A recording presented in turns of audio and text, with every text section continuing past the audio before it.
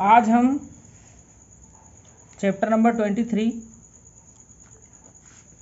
ठोस वस्तुओं का आयतन यानी वॉल्यूम ऑफ सॉलिड्स पढ़ने वाले हैं। और इसमें हम अलग अलग शेप के संपूर्ण पृष्ठ का क्षेत्रफल, उसका विकर्ण, उसका आयतन हम कैसे ज्ञात कर सकते हैं, ये सब हम चीज़ें सीखेंगे। तो हमारी सबसे पहली अगर हम फिगर की बात करें तो वो क्या है, घनाभ है, ठीक है कि नहीं, जिसको हम क्यूबॉइड बोलते हैं। इसकी 6 फलकें होती हैं तथा प्रत्येक फलक क्या होती है, आयताकार होती है। तो हमारे पास ये डायग्राम दिख रहा है, ये क्या है, एक घनाभ है। क्या है, घनाभ। और ये जो जिसको मैंने हाईलाइट किया है अभी, ये क्या है, ये उसकी एक फलक है ना, जो कि क्या है, आयताकार है। ऐसी घनाभ में 6 फलकें होती हैं, है ना, और सारी फलकें क्या होती हैं, आयताकार होती हैं, ठीक है। घनाभ का आयतन क्या होता है, लंबाई गुना चौड़ाई गुना ऊंचाई, ये उसका फॉर्मूला है। यानी एल ये है क्या, चौड़ाई उसकी बी, और एच जो है ऊंचाई को डिनोट करता है, ठीक है कि नहीं। तो हमारी क्या हो जाएगा formula, L multiply B multiply H.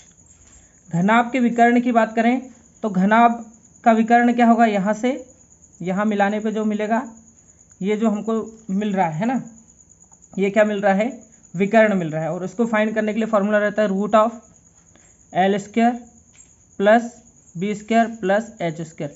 अगर हम रूट में L square plus B square plus H square को अगर सॉल्व कर ले तो हम विकर्ण की जो लेंथ है उसको फाइंड कर सकते हैं। घनाभ का संपूर्ण पृष्ठीय क्षेत्रफल, संपूर्ण पृष्ठीय क्षेत्रफल क्या, संपूर्ण पृष्ठीय क्षेत्रफल यानी ये जो आयत है इसका क्षेत्रफल, ठीक है। और ऐसे ही जो इसमें 6 फलके हैं यानी 6 आयत है, सबका अगर हम क्षेत्रफल निकाल के जोड़ दें तो हमको घनाभ का संपूर्ण पृष्ठीय क्षेत्रफल मिल जाता है। यानी फॉर्मूला क्या बनेगा, 2 multiply L B plus B H plus H L. इस फार्मूले से हम क्या कर सकते हैं, इसका घनाभ का संपूर्ण पृष्ठीय क्षेत्रफल निकाल सकते हैं। इसके बाद हमारी सेकेंड जो है फिगर है वो क्या है, घन है। तो देखें हम, घन यानी क्यूब। क्यूब क्या होता है, घन के सभी फलकों की संख्या क्या होती है, 6 होती है। मतलब ये भी क्या है, घनाभ के जैसा ही 6 फलकों वाला होता है तथा इसकी प्रत्येक फलक क्या होती है, वर्गाकार होती है। घनाभ की जो प्रत्येक फलक होगी वो आयताकार होगी और घन की जो प्रत्येक फलक होगी, सारी फलकें वो कैसी होंगी, वर्गाकार होंगी। घन का आयतन निकालने का फॉर्मूला क्या होता है, ए टू दी पावर 3। अब ए टू दी पावर 3 क्यों होता है, ये वैसे ही है क्योंकि घन जो है उसमें सारी फलकों की लेंथ जो रहती, इसकी जो सारी भुजाएं होती है, जो सारी साइड्स होती हैं, है ना, उनकी लेंथ क्या होती है, वो बराबर होती है। यानी इसकी लंबाई, चौड़ाई और ऊंचाई तीनों क्या होंगी, बराबर होंगी। तो तीनों बराबर होंगी तो L multiply H B multiply H को अगर सॉल्व करेंगे तो ए टू दी पावर 3 हो जाएगा। और इसकी जो यूनिट लगेगी वो क्या हो जाएगी, सेंटीमीटर क्यूब। घन का अगर हम विकर्ण निकालें तो इसका फॉर्मूला क्या रहेगा, √3a, और इसकी यूनिट रहेगी सेंटीमीटर। घन के संपूर्ण पृष्ठ का क्षेत्रफल अगर निकालें तो क्या हो जाएगा, 6a स्क्वायर सेंटीमीटर, है ना, 6a स्क्वायर और वर्ग सेंटीमीटर होता है, ठीक है। इसकी यूनिट क्या होती है, स्क्वायर सेंटीमीटर। इसके बाद क्या है हमारा बेलन। बेलन यानी क्या, सिलेंडर। सिलेंडर का आप यहाँ पे डायग्राम देख रहे होंगे। यहाँ पे ऊपर का जो शेप है ये कैसा है, ये है वृत्त के जैसा, और नीचे वाला शेप जो है वो कैसा है, वृत्त के जैसा। और ये क्या है, ठीक है, ये उसकी ऊंचाई है ना, किसकी, बेलन की, हमारा सिलेंडर है। तो ये जो ऊंचाई है इसको किससे डिनोट करेंगे, एच से। और ये जो है वृत्त की ये क्या होगी, त्रिज्या यानी आर होगी। तो इसी से अपन क्या फॉर्मूला बनेगा, बेलन का आयतन का फॉर्मूला बनेगा, है ना। क्या बनेगा, पाई आर स्क्वायर एच, और सेंटीमीटर क्यूब इसका क्या होगा, यूनिट होगा। बेलन के वक्र पृष्ठ का क्षेत्रफल। बेलन के वक्र पृष्ठ का क्षेत्रफल यानी ये वाला ऊपर वाला वृत्त और नीचे वाला वृत्त अगर हट जाए तो जो निकलेगा वो क्या निकलेगा, बेलन का वक्र पृष्ठ का क्षेत्रफल निकलेगा, जो क्या होता है 2πr/h। बेलन के संपूर्ण पृष्ठ का क्षेत्रफल, संपूर्ण पृष्ठ का क्षेत्रफल मतलब ये वाला जो वृत्त है ये भी ऐड हो जाएगा, नीचे वाला सर्कल है ये भी, इन दोनों का क्षेत्रफल भी क्या हो जाएगा, इसमें ऐड हो जाएगा। तो 2πr/h तो हमारा वक्र पृष्ठ का क्षेत्रफल है, और संपूर्ण पृष्ठ के क्षेत्रफल में क्या हो जाएगा, ऊपर वाला वृत्त और नीचे वाला वृत्त, यानी ये वाला वृत्त और ये वाला वृत्त, दोनों वृत्त ऐड हो जाएंगे। तो वृत्त का क्षेत्रफल क्या होता है, πr स्क्वायर, और दो वृत्त का कितना हो जाएगा, 2πr स्क्वायर। दोनों में से क्या हुआ, πr, 2πr को कॉमन ले लिया तो यहाँ पे क्या बचा, इधर से बचा h, इधर बचा क्या, r। तो फॉर्मूला क्या बन गया, 2πr in bracket h plus r, ठीक है कि नहीं, जो कि हमारा क्या है, बेलन के संपूर्ण पृष्ठ का क्षेत्रफल है। अब देखते हैं शंकु। आप देख रहे होंगे हमारा ये जो चित्र है वो किसका है, शंकु का चित्र है, ठीक है। और शंकु का चित्र यानी आपने देखा होगा जब हम बर्थडे मनाते हैं तो बर्थडे की जो केप रहती है, ठीक है, जिसका बर्थडे रहता है उसको जो केप पहनाते हैं वो जो शेप है उसको बोलते हैं शंकु। शंकु यानी क्या, कोण। त्रिज्या क्या है, इसमें आर त्रिज्या है। अगर आप देखोगे तो नीचे क्या रहता है, ये वृत्त रहता है और ये जो लेंथ रहती क्या रहती है, त्रिज्या रहती है। तिर्यक ऊंचाई यानी एल, ये वाली जो ऊंचाई है इसको बोलते हैं तिर्यक ऊंचाई, जिसको एल से डिनोट करते हैं। और ऊंचाई ये वाली क्या है, ऊंचाई जो 90 डिग्री का एंगल बनाती है वो ऊंचाई रहेगी। तो ऊंचाई जो है वो किससे डिनोट करेंगे, एच से। तो अगर तिर्यक ऊंचाई हम निकालें, तिर्यक ऊंचाई यानी एल फाइंड करें, तो एल आप देखोगे ये जो त्रिभुज बना है ये क्या है, समकोण त्रिभुज है। यहाँ पर 90 डिग्री एंगल बन रहा, तो ये क्या है, कर्ण है ना। तो कर्ण का वर्ग आधार के वर्ग और लंब के वर्ग के योग के बराबर रहेगा। तो उसी से बन गया फॉर्मूला अपना क्या, एल बराबर √h² प्लस r²। शंकु का आयतन अगर निकालें तो 1/3 पाई r² h, और इसका जो यूनिट रहता है वो क्या रहता है, सेंटीमीटर क्यूब, है ना। शंकु का वक्र पृष्ठ का क्षेत्रफल, वक्र पृष्ठ का क्षेत्रफल यानी ये जो नीचे वाला जो वृत्त है इसको हम हटा देंगे, यानी ये जो ऊपर वाला है इसी को चारों साइड से काउंट करेंगे। तो क्या हो जाएगा, πr/l और सेंटीमीटर स्क्वायर इसकी क्या हो जाएगी, यूनिट हो जाएगी। शंकु का संपूर्ण पृष्ठीय क्षेत्रफल, संपूर्ण पृष्ठीय क्षेत्रफल में ये वाला वृत्त भी ऐड हो जाएगा। तो πr/l तो ऑलरेडी है और πr² इसमें और ऐड हो गया। कॉमन अगर लेंगे तो क्या आ जाएगा, πr कॉमन आ जाएगा, यहाँ पे क्या बचेगा l और इधर क्या बचेगा r। तो हमारा फॉर्मूला क्या बन गया, πr in bracket l plus r। Centimetre square क्या होगी, इसकी यूनिट होगी। चलते हम गोले पर, है ना। गोला आपने देखा ही होगा, जी हाँ बिल्कुल, गोला आपने देखा होगा। गोला होता है एकदम ऐसा, है ना। कैसा होता है, एकदम ऐसा। आपने देखी होगी बॉल, है ना। और अगर नहीं देखिए तो ये देखिए, ये जो बॉल है ये क्या है, गोला है। और अगर हम देखें तो गोला जो रहता है उसमें 3 डायमेंशनल रहता है। क्या रहता है वो, 3 डायमेंशनल रहता है। मतलब जितनी उसमें आर जो है, जितनी लंबाई है उतनी ही चौड़ाई होगी और उतनी ही क्या होगी, ऊंचाई भी होगी उसकी, ठीक है कि नहीं, है ना। ऐसा क्या रहता है, गोला रहता है ना। इसमें तीनों आर जो रहेंगे क्या रहेंगे, तीनों आर बराबर रहेंगे। और हमको अगर इसको देखेंगे हम तो ये हमको किसके जैसा दिखेगा, वैसे हमको ये वृत्त के जैसा दिखेगा, लेकिन ये वृत्त नहीं है, क्योंकि वृत्त जो रहता है वो 2 डायमेंशनल फिगर रहता है और जो गोला रहता है स्फीयर हमारा वो 3 डायमेंशनल रहता है, ठीक है ना। तो गोला यानी स्फीयर, गोले का आयतन क्या होता है 4/3 πr³ सेंटीमीटर क्यूब, इसकी क्या रहती है, यूनिट रहती है। गोले का संपूर्ण पृष्ठ का क्षेत्रफल, इसका वक्र पृष्ठ का क्षेत्रफल नहीं आता है, इसका क्या आता है, संपूर्ण पृष्ठ का क्षेत्रफल आता है। तो संपूर्ण पृष्ठ का क्षेत्रफल क्या होगा, 4πr² और सेंटीमीटर स्क्वायर क्या रहेगी, इसकी यूनिट रहेगी।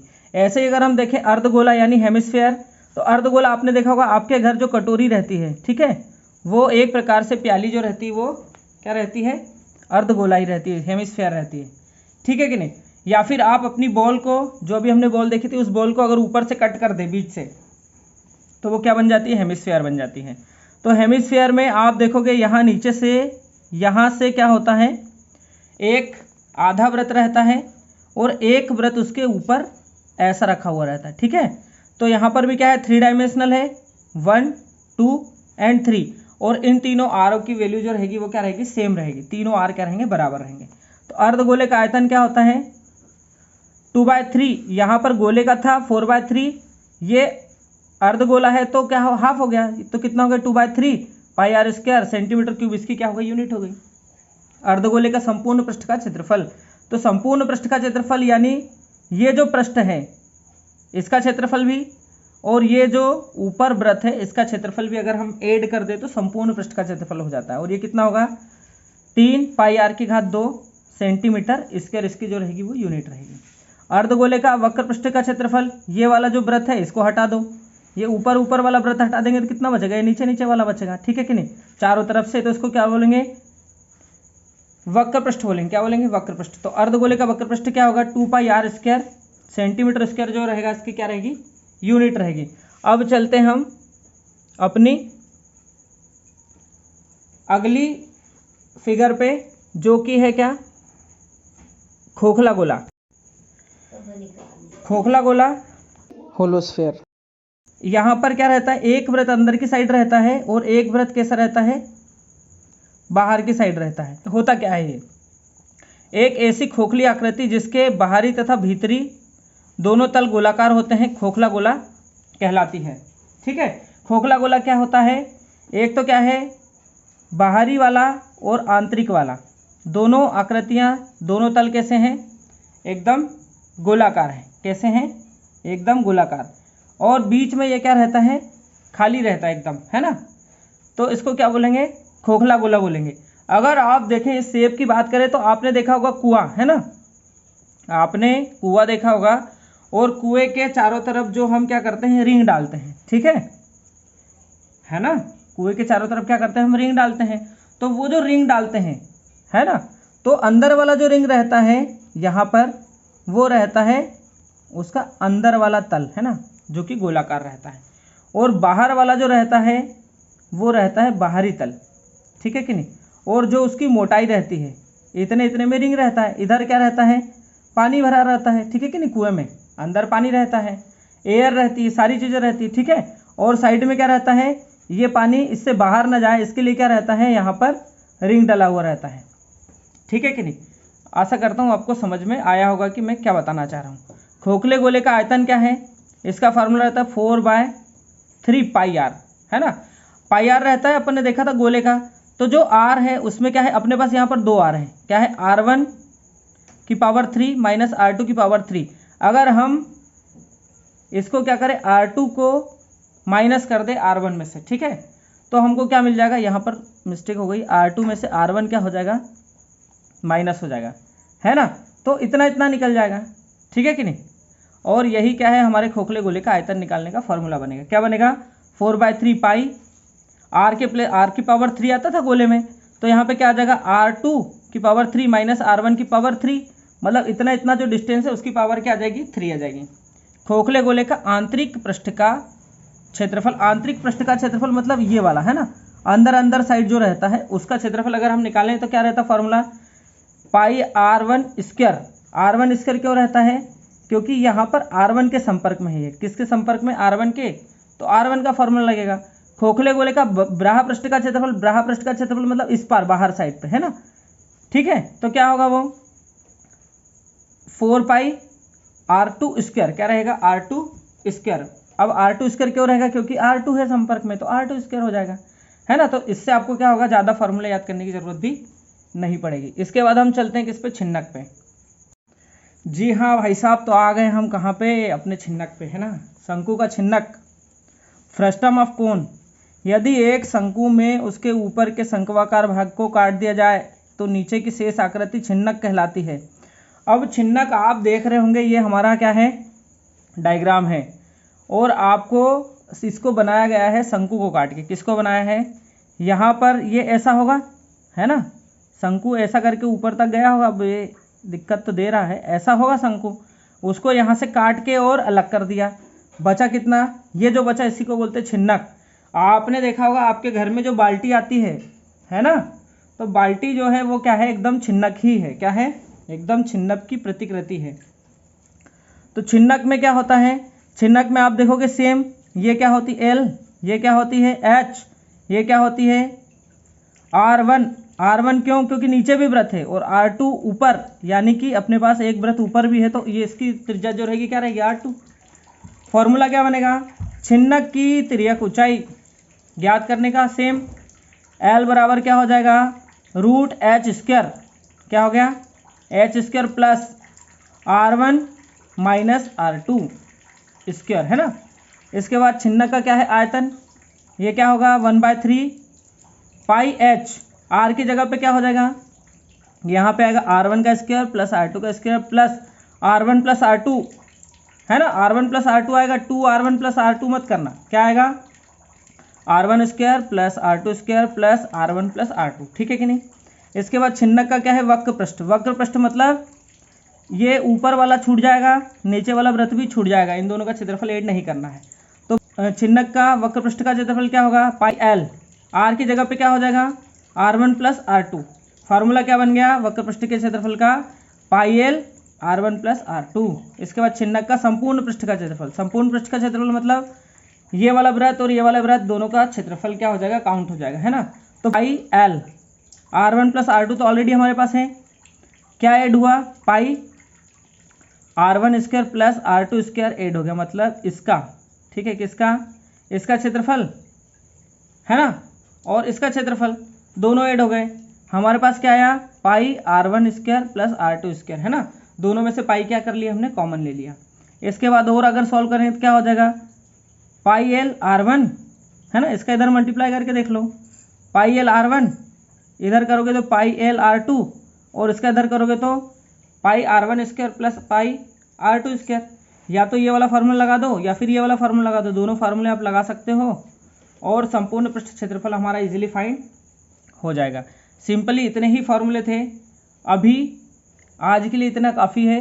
नेक्स्ट वीडियो जो बनेगा इसका पार्ट 2 चैप्टर नंबर 23 का, उसमें हम इन सब फार्मूले का यूज़ करके क्वेश्चन को सॉल्व करेंगे। ठीक है, मिलते हैं नेक्स्ट वीडियो में।